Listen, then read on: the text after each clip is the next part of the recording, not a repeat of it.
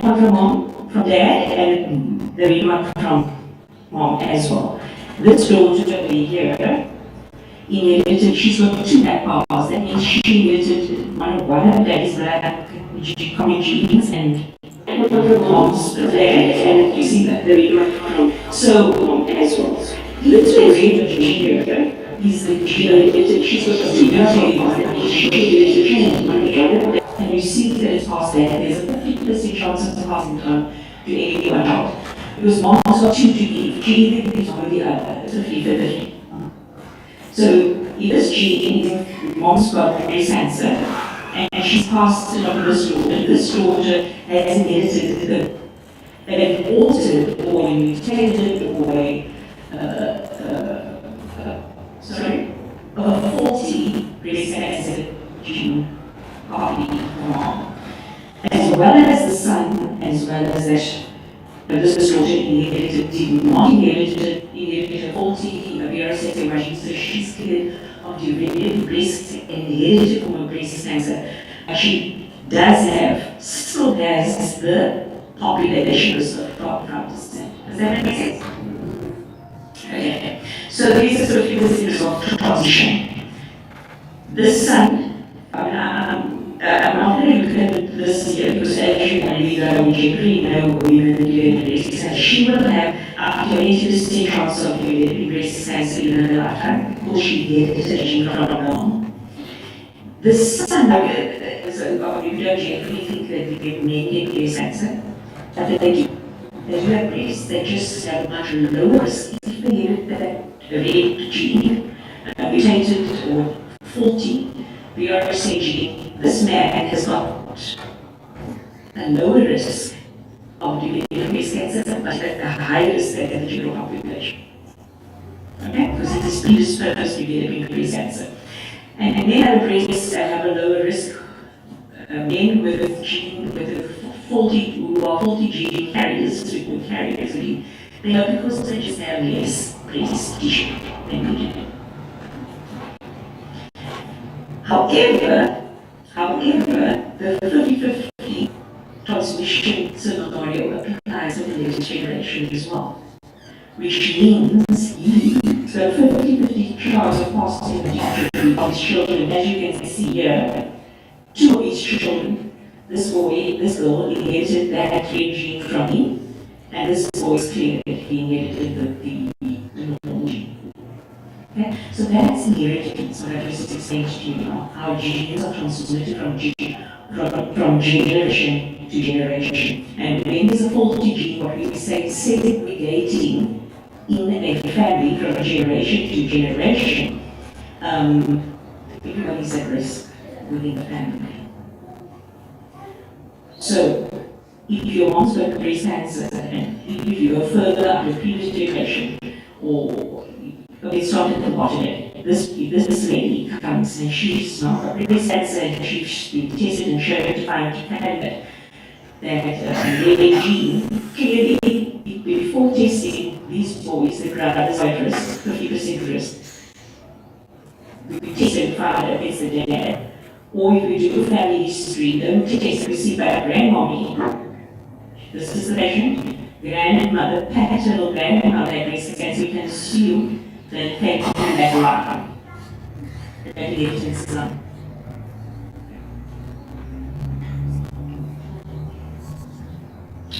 Therefore, it's important to consider what our risks are, our personal risks. I mean, we all know now that we're all sitting here with 12% risk, 12% risk, like our personal risk.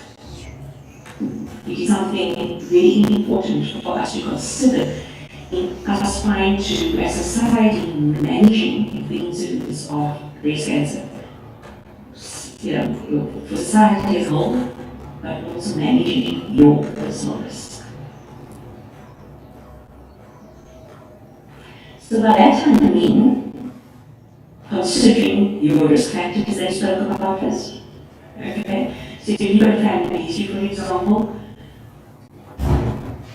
but you know, it is more important for you to consider the other factors that will contribute to your disorder. Because first and foremost, we say now, Breast cancer is a cancer in general, is a still a lifestyle condition. Okay? It is our lifestyle conditions, the genetic factors contribute by 80%. As I said, if you carry a gene carrier of a faulty gene, you go up to 80%. The remaining 20% is lifestyle factors that contribute to your developing cancer. So those are your risk factors we should discuss. And then obviously the screening, and that is why it is recommended that all women go for mammograms and ultrasounds of their breasts from general population 40 years old, 40 years. From 40 years old, they should go for routine breast exams.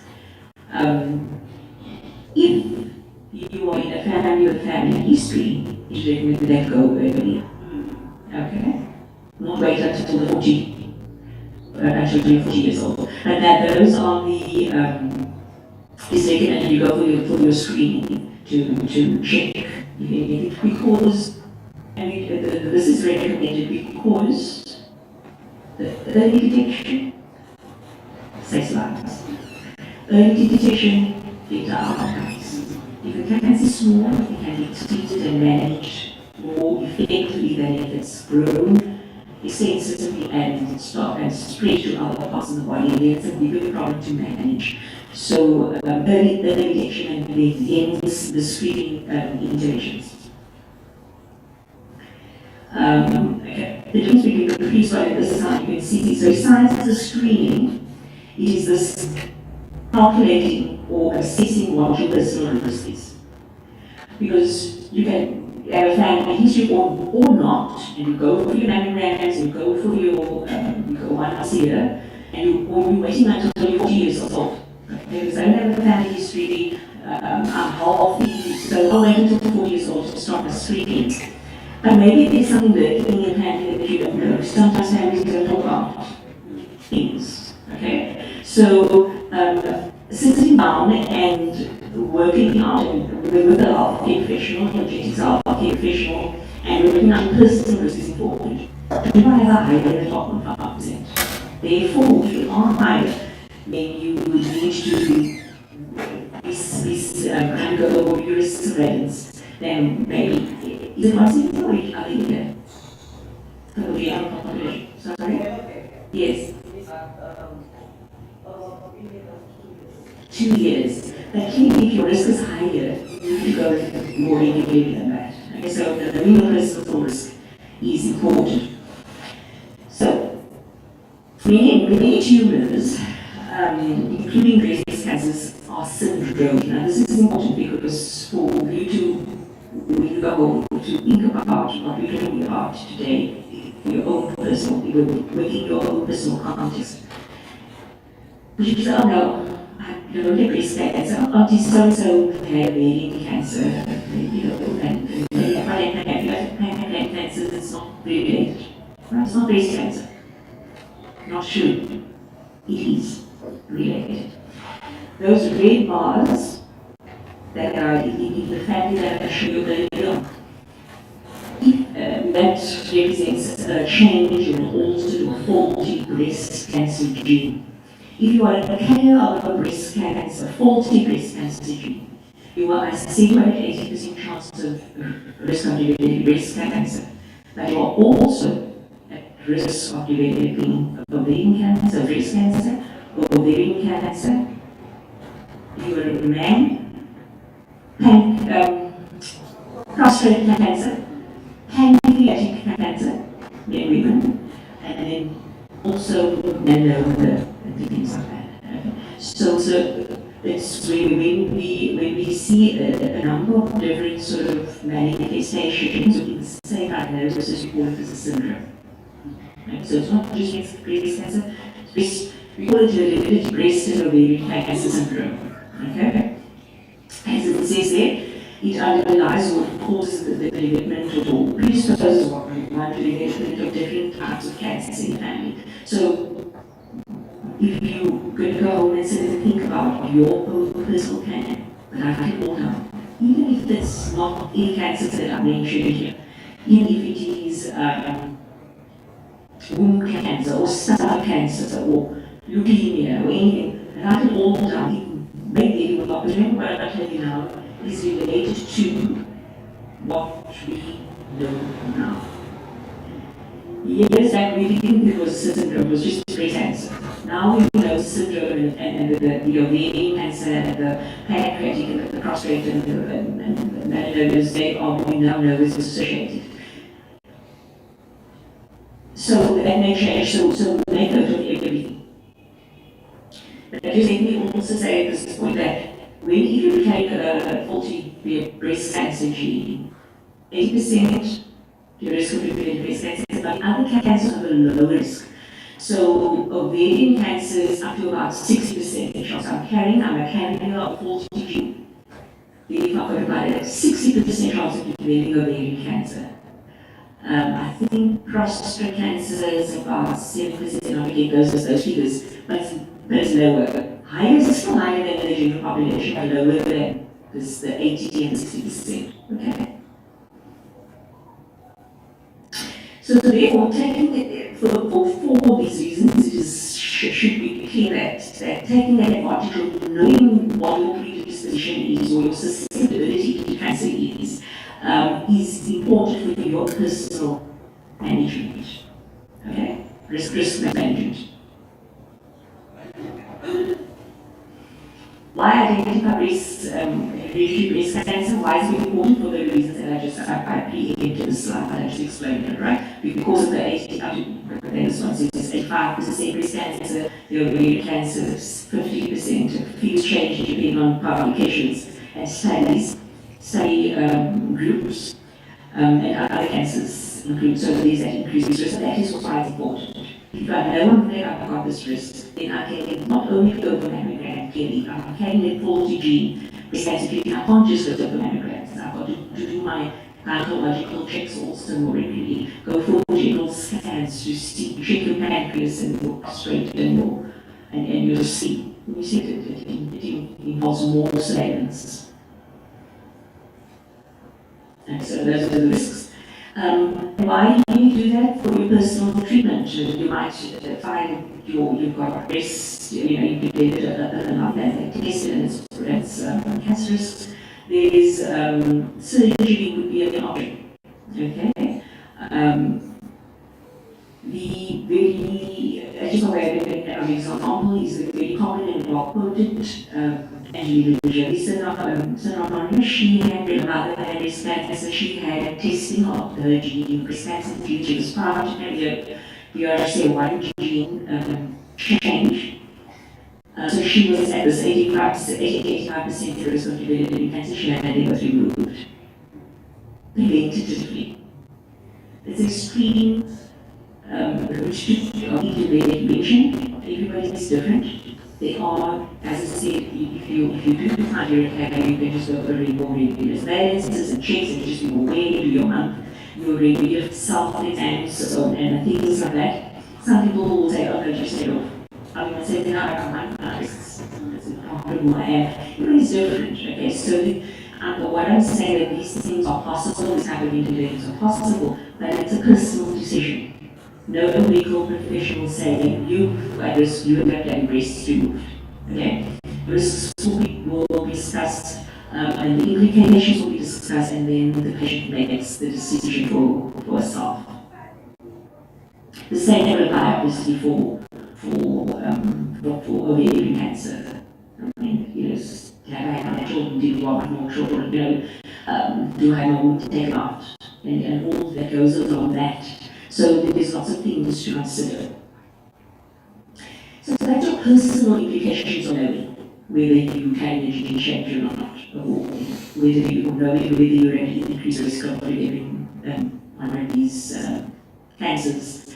But I think there was also familial implications, as I alluded to earlier on by going through that family tree for generation to generation. There's a 50% chance. So my mother has breast cancer. She's tested, she's found to have a gene, to be carrier of the gene breast cancer, faulty breast cancer gene. I'm at 50% risk of carrying that, right? Because I'm a daughter, 50% chance she passed it to me.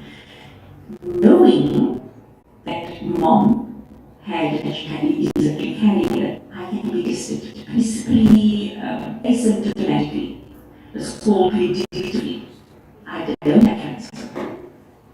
My mom had cancer, she's carried it. Did she pass it on to me? So predictive testing would be then possible to all related relatives at we say at risk relatives because they are at risk of having inherited it and therefore at risk and increased risk of developing it. And so that's how we sort of manage the risk. We get populations and people, and you'd be surprised why you might think, okay, clearly I'm at risk, I must be tested, and I must know if I'm carried or not. But again, it's a personal decision, and nobody will force you to doing anything like this because maybe often some people will say, yes, I want to know, obviously, some people will say, no, I want to know, I want to know. I want to live my life knowing that I can maybe live breast cancer in 2 weeks' time. I want to live my life free of that information and knowledge. Everybody's different.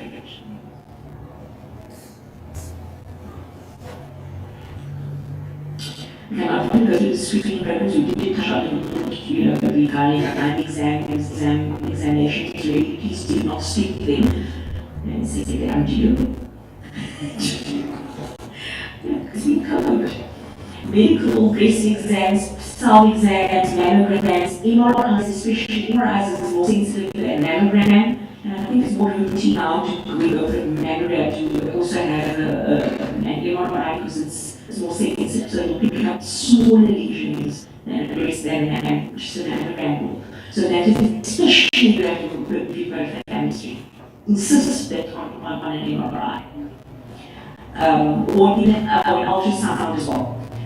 Vaginal ultrasound is a tumor marker. Okay.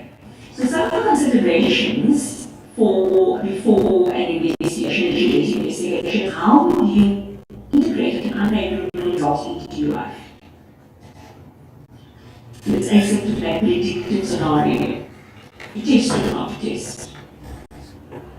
What will you do with the results? Will you have a rescue? You try to carry it? Or will you go for exams? How will they make you feel? How does it affect your family, your personal life, family life? So all of those things that have to be considered before you make a final decision. Which consequences would you presumably draw? The detection, the prevention surgeries, okay? Would you tell who would you tell about your gene change? If you people found out having a gene change, would you tell all those at-risk relatives? Everybody in your family, to your blood relatives would now be at risk. And we're not talking that on TV. Those are real issues that we're going to deal with. Okay? How would you handle the information with your children? I came to think that I have 50% chance of having passed on. And I've got 6 children. I don't think just in this area. You get some there's a lot of emotional and psychological implications to has to be done creatively. It has to be done thoughtfully. And everything is going to be well considered for your personal. Because your choices, what you decide to do, might be different to mine. But your choice is right for you and mine, and my choices are right for me. Okay? So I can't say that you got you, and vice versa.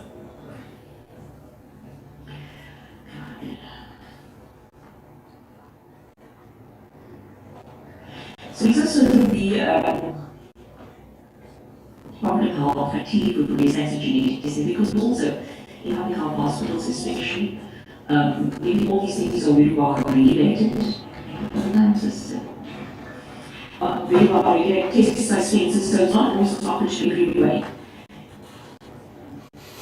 If you're being inherited, a faulty gene change, I said you've got an 80% chance of developing breast cancer, but also in an earlier age, compared to somebody who developed breast cancer randomly without any some falls into the 95% group, which is not inherited, which is a little bit of your lifetime. Those people usually get cancer a little later in life.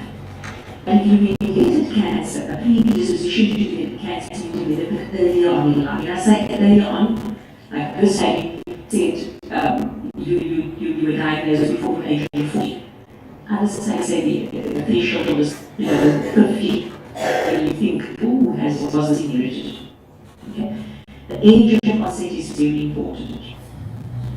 What's your personality history, is related, or any of the cancers? These things we consider when we do a genetic assessment.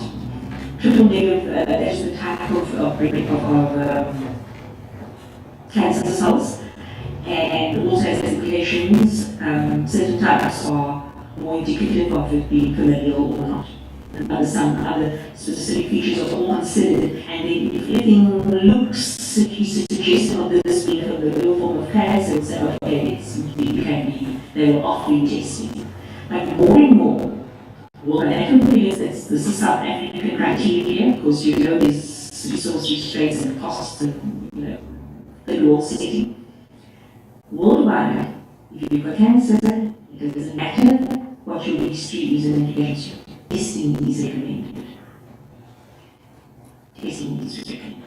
Because of the implications to not only yourself but family members. So take control of your and your family's risk. Do your screenings, consider your personal risk. Go and think about the parties and until you don't talk about parties. Make sure that you know your family. What they had, their auntie had a wounded dead heart and she was only 45. Why? Ask. Okay, find the implications to your risk. Thank you.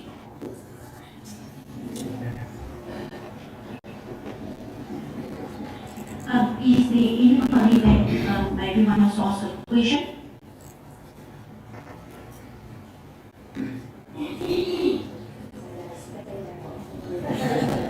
Okay, we will go on style. Sorry, style to come into a special art movement class. Thank you.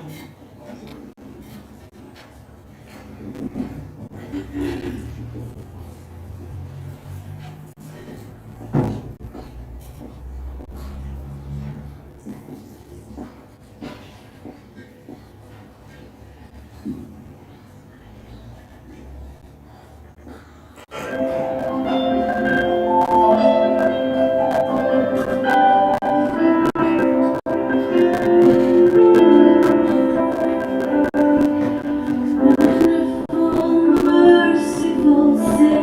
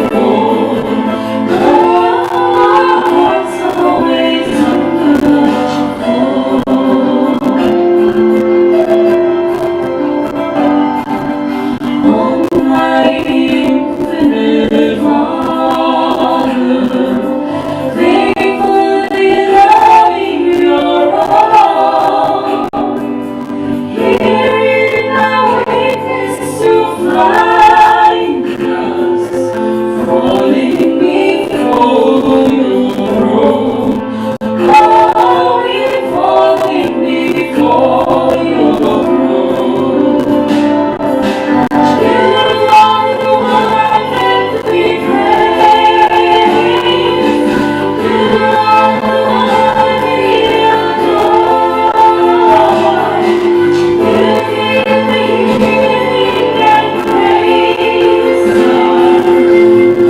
always on the throne. That's always on the throne. You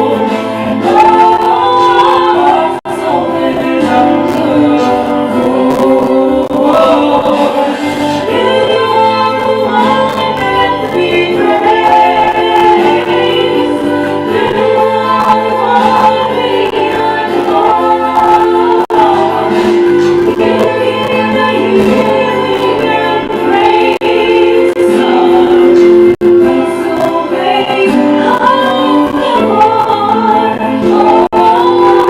That's always on the Lord. That's always on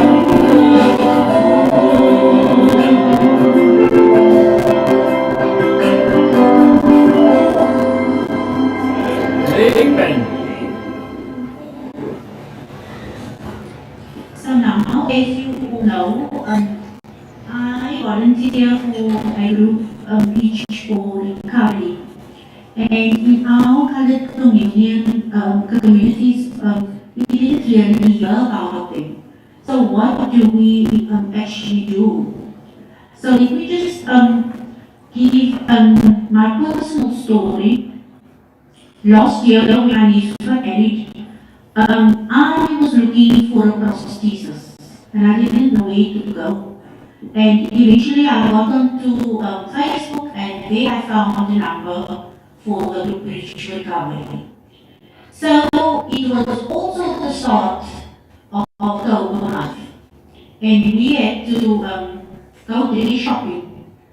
And so when I spoke to Dee, she said, from her show, and I'm sure if a special occasion she's going to sort you quickly, and you will be able to have your prosthesis when you go for your dress or whatever the case may be.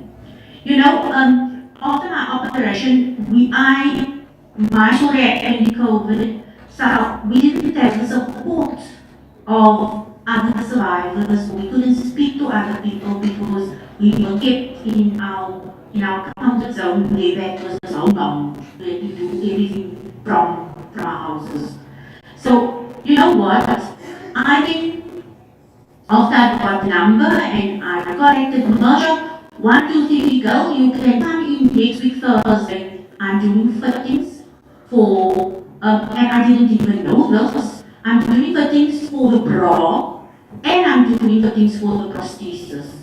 So you bring me your, she told me what to bring along, your my hospital card, and also the funds that we charge for the administrative costs of our group. And she also said to me, and what else is going to be becoming a bra. So I will be measuring you, seeing if you've got the right size prosthesis. I went the day, I had such good service. My first time meeting her, she was so friendly. I was in a comfort zone because I knew she was going to sort me out. Then, you know what? When we went for the dress, we took along the bra and the prosthesis because I wasn't used to wearing it.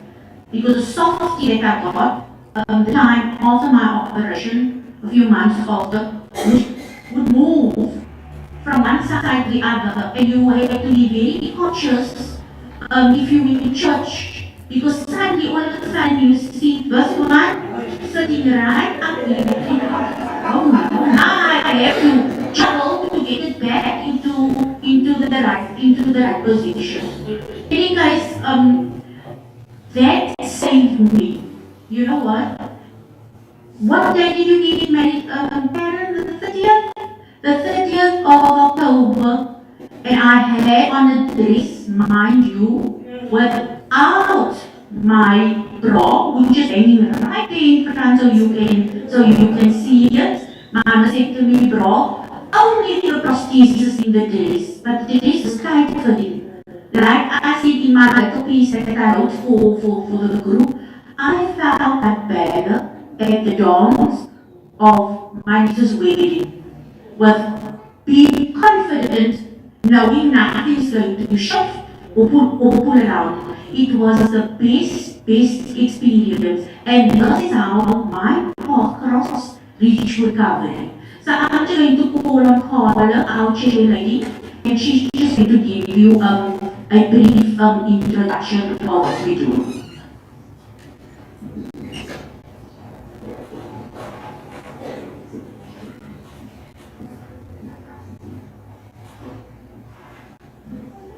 Thank you, Carol.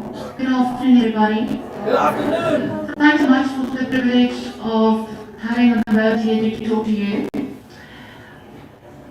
I must say, I was listening to Dr. Live, and yes, it sounds all a bit scary. And you always think it's not going to happen to you.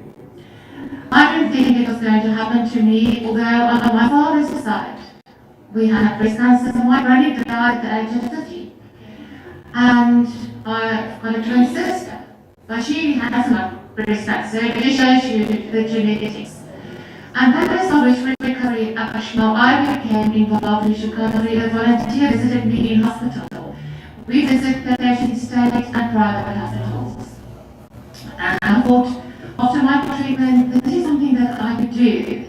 My work, not realizing that I never thought that the NGO would actually be such a lot of admin and organizing, but it actually does, because we actually countrywide. Reach to Recovery, which is an international organization, actually started in 1956 by Teresa Lasser in America, because she had a mastectomy and she realized doctors and nurses really didn't have time to sit down and talk to patients and actually listen to them about their fears. Because I mean, I didn't read about breast cancer before I had breast cancer. And she visited South Africa, and then they started a group in Pretoria, and shortly afterwards here in Cape Town. We've been going for 36 years, and we visit the patients in hospital after their operations to give them practical and emotional support. We also, because we have been there, also a care pack and literature, so we don't have to go to Dr. to Google. And then also very important is that we assist them with the prosthesis and with the mastectomy, that they can look the same again as before the operation. So what I want my message today to you is that you must look after your health. We are seeing patients younger and younger getting breast cancer and other cancers as well.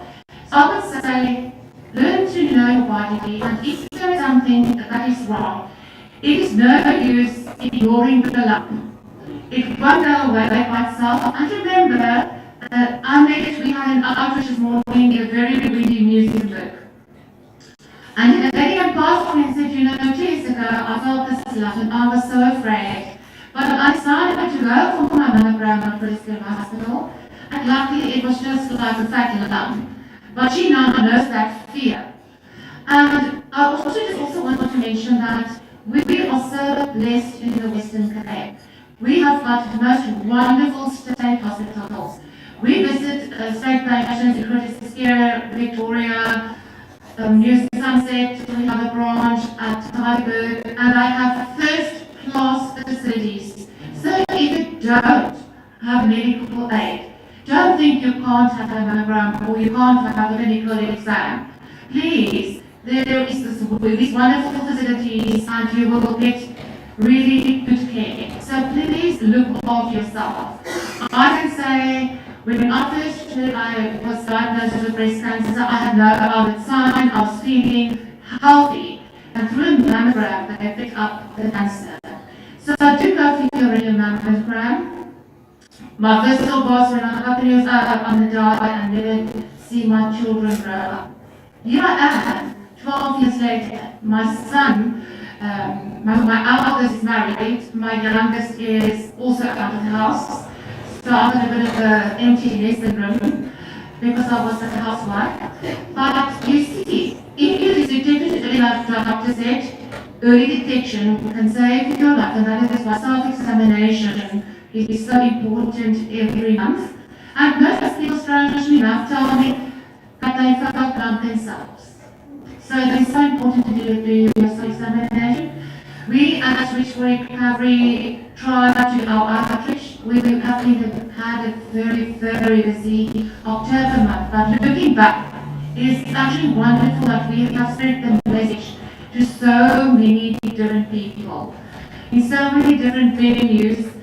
And you know, even if we can translate the word here today, and you go to your family, friends, and you can tell them that cancer is not a death sentence. Yes, it may be when you stay at 4, but it is early detection. There are excellent medical facilities out there, and you do have med survivors here today, and your life returns to normal in a way that, yes, breast cancer, if it does change your life, you may look different or you do look different. Your outlook in life, I want to say, is you appreciate life a bit more, but you continue your life, except that once a year you go for your doctor's examination, your mammogram and your test and all that, and you feel like you're writing an exam because you are sort of afraid that it may come back. But you know, I could be driven over by a bus. I don't really live my life thinking, oh my word, the breast cancer is going to return. No. You can die. Lots of people pass on not because of breast cancer, because of something else. So thank you for the privilege. Not only say to those young ladies, it was so beautiful. We sang a beautiful song. And thank you, Dale. Dale has been one of our new volunteers, and I must say, I wish some of my other volunteers, long-standing volunteers, had her drive and motivation. She has had one of most of our talks. And I just want to say thank you both for your enthusiasm and all your hard work. The patients and Rich for Recovery really appreciate it so much. Thank you so much. It must be international in people. We will be taking up presenting the turnaround and the soft offering if you have, and then we'll continue. Is Courtney here? Okay, Courtney, then you next for the phone, please. Thank you.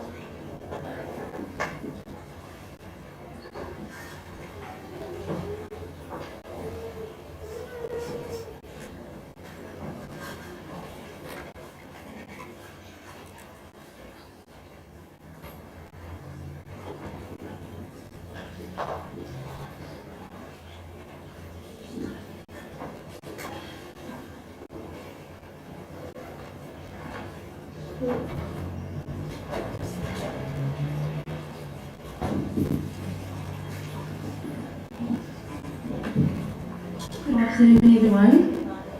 The poem is called Feel My Beauty. Can't change anything, but in my life, I choose to know my love, to believe in hope, to keep my faith, to embrace my peace, to build my friendships, to keep my sweet memories, to accept my grace, to embrace my courage. I choose my life, my choice. Thank you. Thank you so much, Courtney. Amanda, will be coming to you. Thanks, guys. Thank you.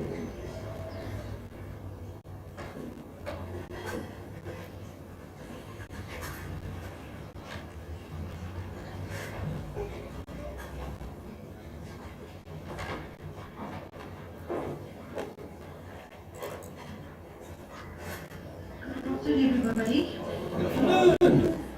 So I've asked you to do things, but before I do that, I just want to say that, you know, we are all able to share what we learn, what we hear with others.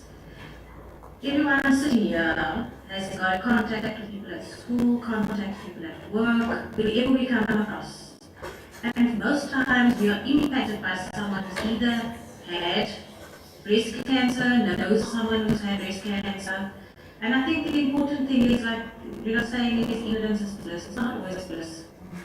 Because it could always be painful, it could be, you know, it comes too late. then we always say, I could have or I should have. And I think the most important thing for us, taking out from what we learned today, what we've heard today, maybe a lot of it is not new, but it is to maybe just say to someone at work on Monday or over the weekend, extending the weekend, what we've heard, and encourage people to definitely, go for that mammogram, go for those screenings. I think, Gail mentioned it earlier in our colour community, just in our communities at large, we don't always tend to speak about what we're going through. We tend to keep it ourselves, thinking we want to behave, we don't want to share our burdens with others. But sometimes in sharing what you're going through, you can help somebody else become brave and actually do something about the situation that they might be going through. So that's just what I wanted to share with you today. We wanted to say thank you to everybody here today. I think I just want to start off by thanking God, because without God, we cannot be here today. Without God, He speaks so many of the ladies that are here today that have been through, breast cancer. And, God allows things to happen in our lives to be an example and to be a blessing to us. And Gail would never been involved with each recovery in this and happened to her. So what's happened to her is a continued blessing to others. So we'd like to thank you first and foremost. We'd like to thank Dr. Goliath for coming out and just sharing your knowledge as well about cancer at large and the experiences of the research that has been done. So thank you very much for that. We'd like to thank the two ladies, definitely Estelle and the amazing beautiful song that you created today. And to ladies from Malaysia Recovery, thank you for coming out and for sharing your testimony and for the good work you are doing in the communities at large. Continue doing that. Thank you for all that you do. And we'd just like to give a special gift to everyone. So this is Dr. Goliath. You can come up. This is for you.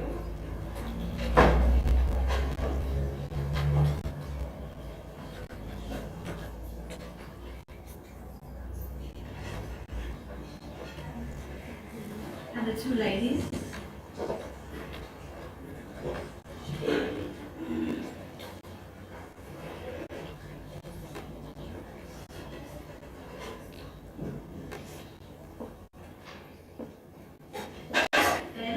Guys, I need to choose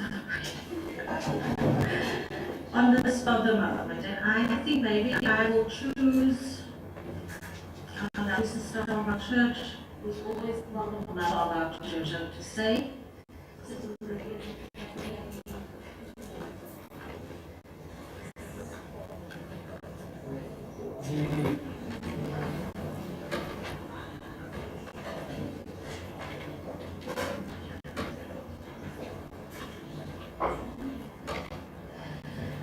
So I think we've come to the end of our program for this afternoon, and we want to entrust that you have been blessed. We're not going to leave everyone else who hasn't received a gift empty-handed. So we've got a little tea prepared, some light refreshments. We'd like everyone to join us in the hall. And then let's continue having the conversations there. I mean, sometimes we don't want to ask questions when we have someone standing here, but nothing stops us from maybe just putting someone aside, asking a question. That might have been sitting on our WhatsApp video. So thank you everybody. And before we go, anyone remind me to do the closing prayer for us, please.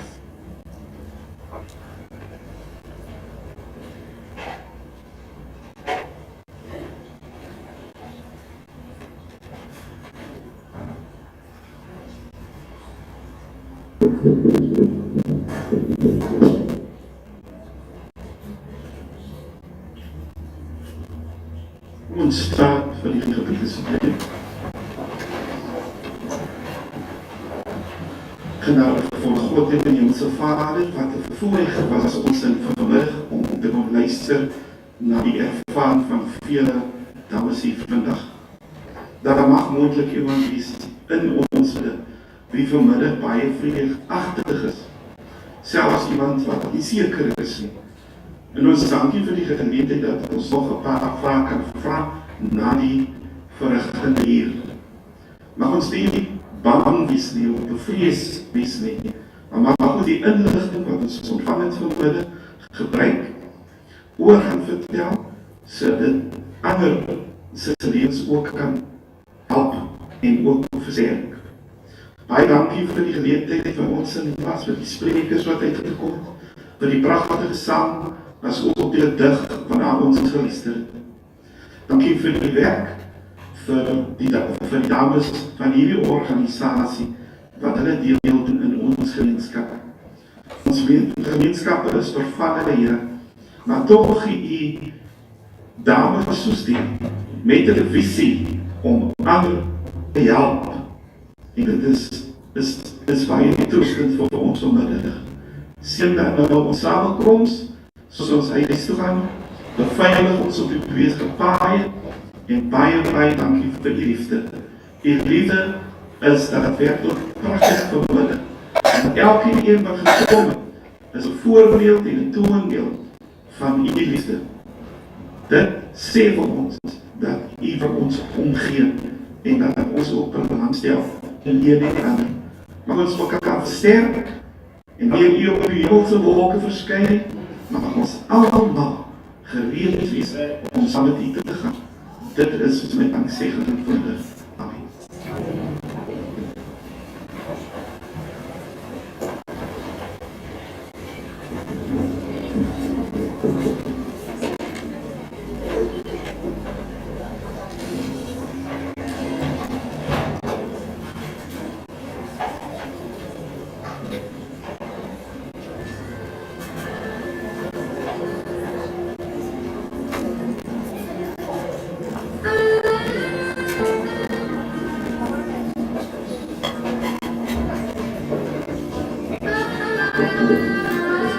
Good.